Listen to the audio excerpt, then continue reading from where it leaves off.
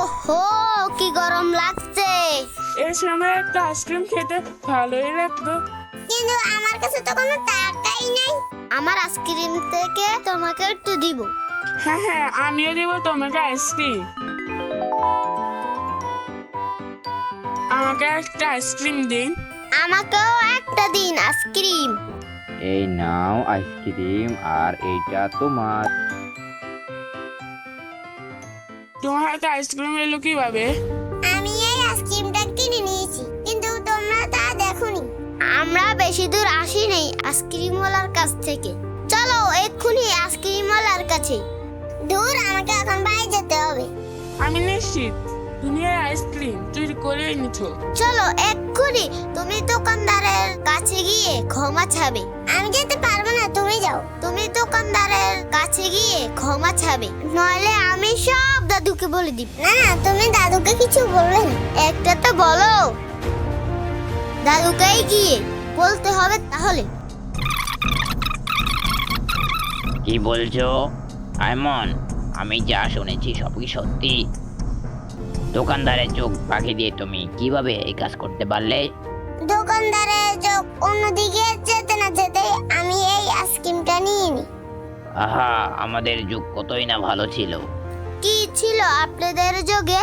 আমাদের যুগে কি ছিল এটা বলতে বলতে আমার সপ্তাহখানেক লেগে যেতে পারে।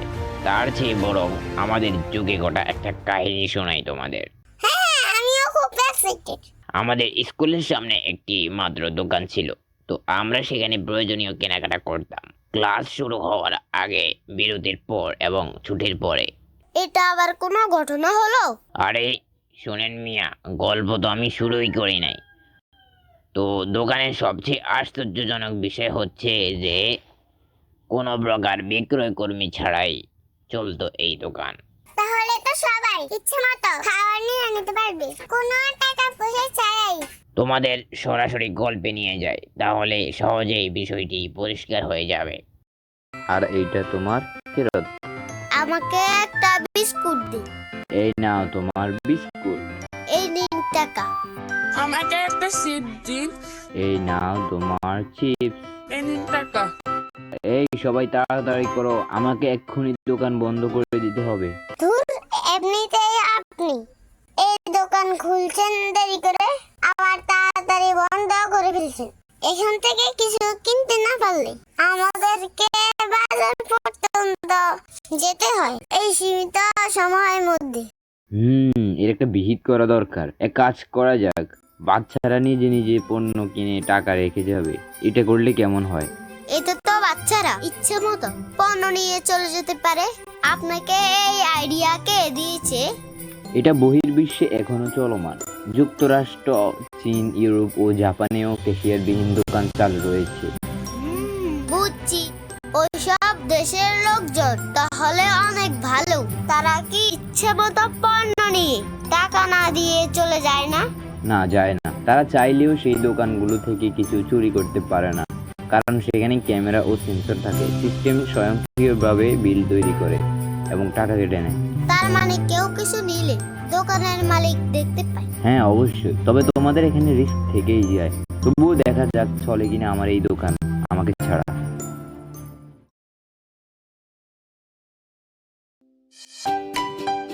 আমাকে একটা বিস্কুট দেন। ওই যে বিস্কুট, ওখান থেকে নিয়ে নাও। এই নিন টাকা। তোমার সামনে থাকা ডিব্বাতে রেখে দাও। বাকি টাকা? ঠিক আছে, তোমার সামনে থাকা বাক্স থেকে নিয়ে নাও। দেখি, আমাকে একটা আইসক্রিম দেন তো। আরে, এই রহিম সাহেব কোথায় গেল? দূর, আমাকে এখন গোল্লাছুট খেলতে যেতে হবে। কখন আসবে এই রহিম সাহেব? আমাকে একটা বিস্কুট দেন। ওই যে বিস্কুট, ওখান থেকে নিয়ে নাও। এই নিন টাকা। তোমার সামনে থাকা ডিব্বাতে রেখে দাও। বাকি টাকা? ঠিক আছে, তোমার সামনে থাকা বাক্স থেকে নিয়ে নাও। এই নিলাম আইসক্রিম, এই নিলাম দুইটা চিপস, আর এই রাখলাম 20 টাকা।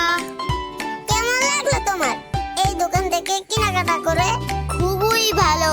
এটা খুব চমৎকার। এখন আর আমাদেরকে সেই বাজার পর্যন্ত যাওয়া লাগবে না। আর এখানে বসে থাকা লাগবে না রহিম সাহেবের আসার জন্য। দেখি আজকে কত টাকা হলো ক্যাশ বাক্সে। যাক, আলহামদুলিল্লাহ, ভালোই তো হলো। 1420, 40, 45, 47। যাক, আলহামদুলিল্লাহ, ভালোই তো হয়েছে। বাচ্চারা আজকে প্রমাণ করে দিল যে তারা সৎ।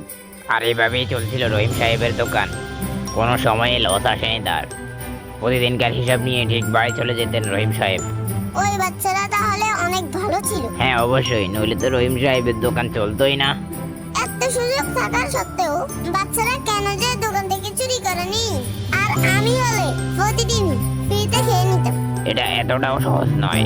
ভালো বাচ্চাদের আত্মা অনেক শুদ্ধ হয়, তাই তারা সহজেই চুরি করতে পারে না। কারণ তাদের আত্মা তাদের বাধা দেয় চুরি করতে, আর তারা চুরি করেও না। আমাকে একটা দিন আইসক্রিম, এদিন টাকা। আমাকেও একটা দিন আইসক্রিম। এই নাও তোমার আইসক্রিম। এই নিন 20 টাকা। এই নাও তোমার 10 টাকা ফেরত। লাগবে না, আপনি রেখে দিন। তাহলে এই নাও আরেকটা আইসক্রিম। আমার লাগবে না আইসক্রিম। তুমি টাকাও নিবা না, আইসক্রিমও নিবা না, তাহলে তুমি কি করতে চাচ্ছ বলো? আপনি আমার থেকে পাবেন এই জন্য দিচ্ছি। কেন, আমি তো কারোর থেকে আইসক্রিম বাকি বিক্রি করি না। আসলে ঘটনা হচ্ছে, তোমাকে অসংখ্য ধন্যবাদ নিজেকে শুধরে নেওয়ার জন্য। তুমি নিজেকে শুধরে নিয়ে আমাকে অনেক আনন্দিত করেছো। আমি আশা করি তুমি নেক্সট টাইমে এরকম কাজ আর কখনো করবে না। আপনাকে অসংখ্য ধন্যবাদ আমাকে ক্ষমা করার জন্য।